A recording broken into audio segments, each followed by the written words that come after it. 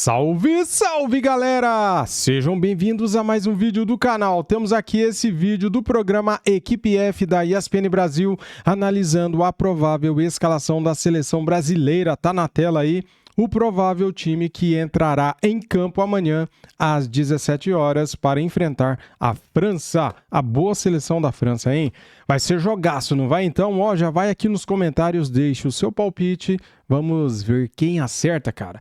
E nesse time, você tiraria alguém? Colocaria quem? Comente, fique à vontade para montar a sua seleção ideal, valeu? As imagens são da ESPN Brasil, link na descrição como créditos. Simbora aqui pro vídeo. O brasileira que nesta quinta-feira vai enfrentar a França aqui no Gillette Stadium, Plihal. O Conca segue com a gente, vai ficar com a gente aí bastante tempo. Tetra, em relação ao time que a gente imaginou ontem, duas novidades, vamos chamar assim. O Ibañez, né, que ainda não é certo, mas é uma possibilidade bastante real. E você ontem havia citado já o Martinelli. A gente trabalhou no primeiro momento com o nome de Luiz Henrique, no segundo momento com o nome de João Pedro e o Martinelli aparecendo aí, mudando um pouquinho a posição, o posicionamento do Vini Júnior. Queria que você falasse um pouco a respeito dessas duas situações, do Ibañez num jogo tão grande, tão parrudo, e do Martinelli ali fazendo o lado esquerdo, tendo a companhia próxima do Vini Júnior. Você, como sempre, tem uma memória maravilhosa, né? Que bom que você lembrou. O meu comentário foi até mais pelo posicionamento do Vinícius Júnior, porque ele tem jogado assim no Real Madrid. Ele tem feito mais por dentro do que ficar aberto para acompanhar a lateral. E o Martinelli, taticamente, compõe muito bem isso que o Ancelotti quer. Quando ele fala... E eu também, desde a convocação, disse que no papo que a gente teve, falou desse sistema de jogo, 4-2-4. Não é que são 4 atacantes que não vão ter comprometimento sem a bola, pelo contrário. Principalmente jogando o Martinelli, quando perder a bola, vai vir aqui atrás na linha dos volantes. Vai fazer um 4-4-2 ali defendendo, e Matheus Cunha e Vinícius Júnior ajudando, combatendo, pressionando. Por isso que ele enfatiza que precisa de um time 100% fisicamente, porque esses caras da frente vão ter liberdade de se movimentar, vão ter liberdade de atacar, tem qualidade para isso, mas ao mesmo tempo, quando não tiver a bola, vão ter que ajudar muito.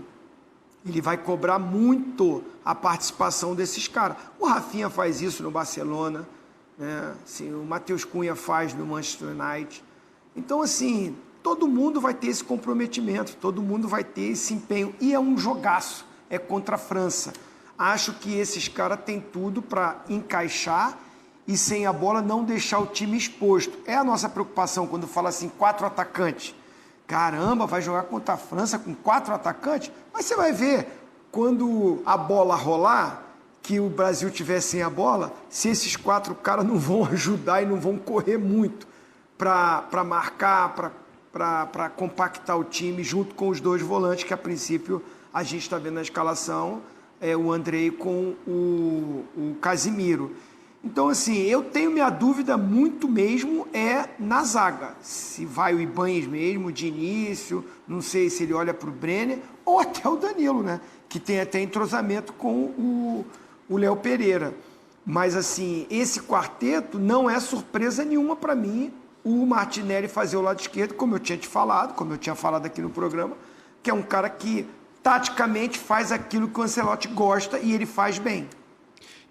Eu vi muita gente, galera, achando que a seleção brasileira será atropelada pela França, que será goleada, né? Cara, eu estou com um pressentimento bom para esse jogo. Acho que a seleção brasileira vai fazer um grande jogo e não vai ser mamão com açúcar, não, para a França, viu? Cara, quando o adversário é de respeito, a seleção brasileira tem outra postura. Acho que vai ser um jogão também. Não era mais lógico usar o entrosamento do clube? Tudo bem que Danilo e Léo Pereira, os dois juntos, não é uma coisa tão comum da gente ver no Flamengo, mas eles estão ali próximos no dia a dia. Mas talvez talvez ele não não atingisse a expectativa de teste realmente, né? Para ver como cada um se comporta individualmente. E que eu acho que esse amistoso vai ser para isso. Né? Vai ser por conta das lesões, por conta das ausências de alguns dos principais jogadores. Provavelmente ele quer testar realmente todos os jogadores. Também não ficaria surpreso se no segundo jogo ele entraria com o Brenner, ou até mesmo no segundo tempo ele troca o Ibanez pelo Brenner, que são várias substituições, para justamente testar esses jogadores. Para mim não é surpresa nenhuma. E a gente fala assim... A gente pensa assim, desculpa, Zé, te interromper. O teste, assim, digamos, mais aleatório, você podia deixar para o jogo, em tese, mais tranquilo que é contra a Croácia. Mas todo jogo, quando você joga com a camisa da seleção brasileira, Prial, é difícil. Todo jogo. Você vai pegar uma baba, vai ser difícil porque todo mundo espera uma goleada. E nem sempre é fácil, porque todo mundo hoje, com a evolução tática e a evolução física, principalmente a evolução física, né, você nem sempre tem todos os espaços que você espera que, ou você imagina que vai ter. Porque muito dessa nossa imaginação é muito baseado naquilo que determinados jogadores fazem nos seus clubes. Por exemplo, o Vini Júnior faz no Real Madrid. Aí você fala, pô, na seleção ele vai arrebentar. O Vini Júnior na seleção, eu acho que nunca conseguiu ser o Vini Júnior do Real Madrid. Né? Por quê? Porque os times adversários contra o Real Madrid, muitas vezes eles dão a oportunidade do contra-ataque, eles dão a oportunidade do Vini desenvolver a velocidade com a bola nos pés. A seleção brasileira, talvez amanhã deva ter esse espaço, porque a seleção da França vai atacar o Brasil.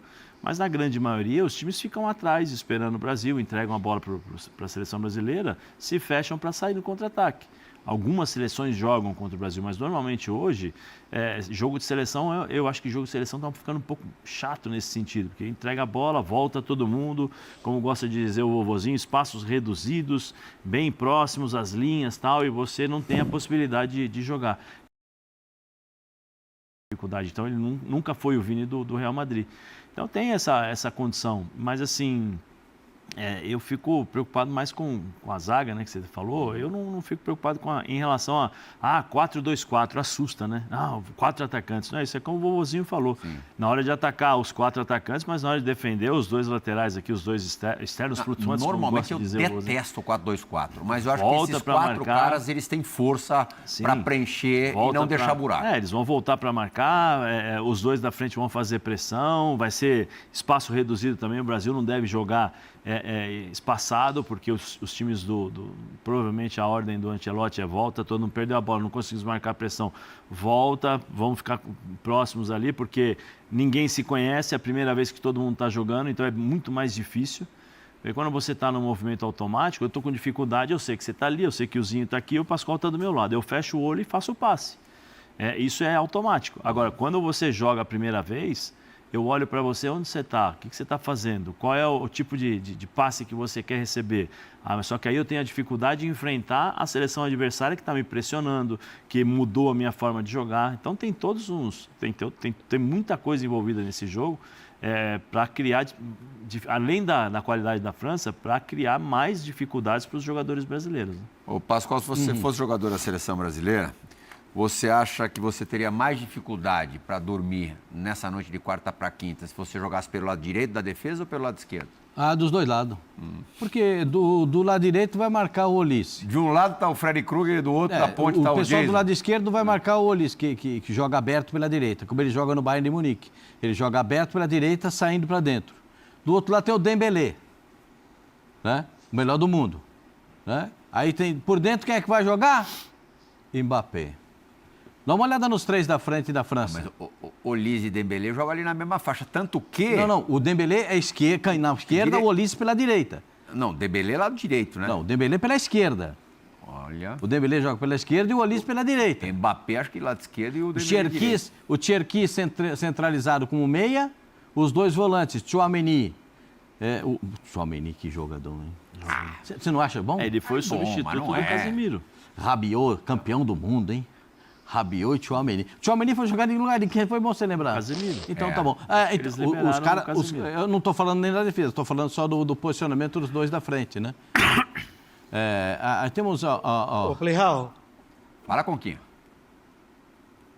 Não, só para completar em relação ao posicionamento do Dembélé, isso foi tema hoje aqui, tá? Principalmente os franceses, os jornalistas franceses questionaram muito, porque a volta do Dembélé depois da Bola de Ouro, né, do período de lesão para a seleção francesa, e numa prévia ele aparece aí pelo L'Équipe como lado esquerdo, mas o Deschamps quis falar muito sobre um pouco disso que o Zinho falava também dos 4 atacantes, né? De ter mobilidade, de não ter uma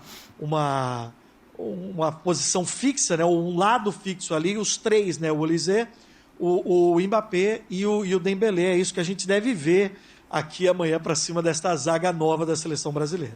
Esse jogador de 24 anos que joga no Bayern de Munique, o Olise, ele é... Olise, você não escutou agora o Conca falando? Desculpa, eu vou corrigir.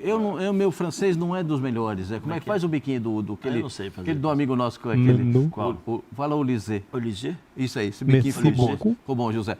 Aliás, o Olise foi muito bem marcado pelo Alexandre. Como que é a boquinha, Plihal? Aliás, o Olise... Tem que mostrar a língua? O Olise. Tá. Foi muito bem marcado pelo Alexandro naquele jogo do Campeonato Mundial. O Bayern de Munique venceu... Espera aí, que ele vai falar o nome do ponta direita. Olise. Então. É o biquinho? Alexandro marcou muito. Alexandro foi desfalque para essa data. Ele é um jogador que chama a atenção por essa qualidade do drible, do 1 contra 1 e sair sempre do lado para dentro. O que eu fico preocupado com a seleção brasileira, eu, por exemplo, para mim não tem discussão quem jogaria na zaga. Legal, o Bremer tá bom? Ele tá bem fisicamente? Tá bem. 100%? Tá. Então joga ele, né, meu senhor? Bom, joga o cara que já jogou, que sabe que a gente sabe que vai jogar. Não estamos jogando contra o bala mistura. Você pode dizer que eu estou com medo da França, eu não estou com medo, eu estou com receio. O Ancelotti não pode estar levando também em consideração as características do Léo Pereira? Quem que se encaixa melhor com o Léo Pereira? Bom, o Léo Pereira, ele falou um negócio que ele quer pelo menos um zagueiro que pode jogar lateral. O Léo Pereira pode jogar de lateral esquerdo. Pode jogar de quarto zagueiro. Ele já fez lateral esquerda. Tanto no Atlético Paranaense quanto no Flamengo. Então, essa situação, para mim, é assim, do conhecimento do técnico da seleção brasileira com os jogadores, para ele escolher quem vai jogar. Se o Bremer tá bom, joga o Bremer. Eu não vou discutir com o certo. O certo é o Bremer, então eu não vou discutir com o certo. Já tá lá. Como ele opta por uma marcação dos 2 homens de beirada, voltando muito no acompanhamento... O que não é a característica do Wesley, né? Não. Mas o Wesley vai ter que segurar um pouquinho. Ele vai ter que segurar um pouquinho a bronca. Porque vai ser um jogo complicado. Mas a gente tem que... Eu penso da seguinte forma. O jogo é complicado para o Brasil, porque os caras têm muita qualidade para jogar. E tem muita gente boa no banco de reservas. E se o Brasil, com a bola no pé, tem que fazer o melhor possível. O Brasil do Brasil. Sem esse negócio de brasa. O Brasil. O Brasil jogando com a impetuosidade do futebol brasileiro. Já que tirou o Vinícius Júnior da beirada do campo e botou para dentro, que ele faça o que ele faz no Real quando ele joga por dentro. Certo? A habilidade, a chegada do 1 contra 1, o arranque, a bola, tentar o drible, ser impetuoso com a bola. Dá para ele o que é o melhor dele, que é isso. Claro que você sabe que o Rafinha é um jogador que pode toda hora botar alguém em condições de fazer o gol, ou ele mesmo pode bater de fora da área. O Matheus também pode fazer isso, pela qualidade deles. Enfim, eu acho que a seleção brasileira vai ter dificuldade. Mas tem a grande chance do Brasil, é jogar como o Brasil. Porque se o Brasil jogar enlatado... Faz tempo, hein, que a seleção brasileira não joga como o Brasil, hein? Faz tempo. Se o Brasil jogar daquele jeito, cada um... Porque hoje a gente tem o futebol brasileiro tem algumas manias, né? Se o treinador do time for assim, o senhor corre em cima da lateral, os 90 minutos, o cara não sai de cima. O treinador italiano agora. Eu sei, mas se o cara falar, eles vão fazer. Então, o cara não tem a própria iniciativa que a gente já sabe do futebol brasileiro. A grande chance do Brasil de sair bem desse jogo é jogar como o Brasil. E a França, Conrado? A França trabalhou agora há pouquinho por aí, também falou agora há pouquinho por aí, inclusive a estrela da companhia. Como é que foi essa véspera de jogo do lado francês? Primeiro, uma recepção muito legal, porque a França vai ficar nesta região. A França escolheu esta região para ficar aqui na Copa do Mundo, e o terceiro jogo do seu grupo é aqui, contra a Noruega, né? Talvez aí o embate mais forte desse grupo da França, que vai conhecer o seu segundo adversário vindo agora da repescagem. tem o Senegal na estreia, e aí o terceiro jogo é contra a Noruega. Então a França também está se ambientando, o Mbappé até falou sobre isso, só repassando, né? Vini Júnior fala lá de manhã, Mbappé fala aqui, não é coincidência, tem a ver mesmo com a promoção desse jogo que deve ter quase 60 mil torcedores, tá? Tem um grande agito aqui na cidade para acompanhar, porque é o amistoso da data FIFA, né? Com exceção aí as vagas da repescagem, é o grande jogo dessa data FIFA, ainda mais depois do cancelamento da finalíssima entre Espanha e Argentina. Só que é o seguinte, o Mbappé chegou aqui, desde que ele teve a lesão no joelho esquerdo, ele não foi mais titular pelo Real Madrid. Isso aconteceu lá em janeiro, num período inclusive que o Real Madrid acaba sendo eliminado da Champions League, acaba sendo eliminado da Copa do Rei, e teve uma polêmica na semana passada, de uma informação veiculada na Espanha, de que o negócio foi tão sério que o Real Madrid teria examinado o joelho direito e não o esquerdo. Antes de eu colocar o Mbappé falando sobre isso, eu só queria contextualizar o seguinte: quando essa notícia surgiu na Europa, a gente foi buscar, o Gustavo Hoffmann, que é nosso setorista, correspondente lá, foi buscar essa apuração, também outros integrantes da ESPN na Europa, ninguém tinha essa confirmação, mas de qualquer maneira o negócio reverberou tanto que uma das primeiras respostas do Mbappé aqui nos Estados Unidos foi sobre o seu joelho. Vamos a... Non, l'information qui dit qu'ils ont ausculté le mauvais genou est pas vraie.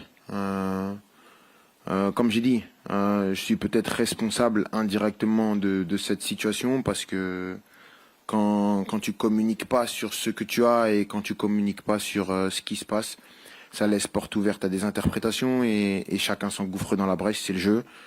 Je sais dans quoi je m'embarque quand je communique ou je communique pas. Maintenant avec le Real Madrid, on a toujours eu une communication qui était assez claire, que ce soit lorsque j'ai commencé ma rééducation à Madrid ou quand j'ai été à Paris, où j'ai été accompagné par le docteur, un kiné et le préparateur physique du club, où on a travaillé depuis Paris, donc il n'y a pas de problème avec ça. Muito bem, galera. Depois dessa bela entrevista do Mbappé, temos aqui a provável escalação da nossa seleção, da seleção brasileira. Cara, comente aqui, deixe aqui o seu palpite para a seleção brasileira e a seleção da França. Quem vence, quem leva a melhor, vai ser pedreira, né, cara? Mas a expectativa nossa é de jogaço. Vai ser um bom jogo, né?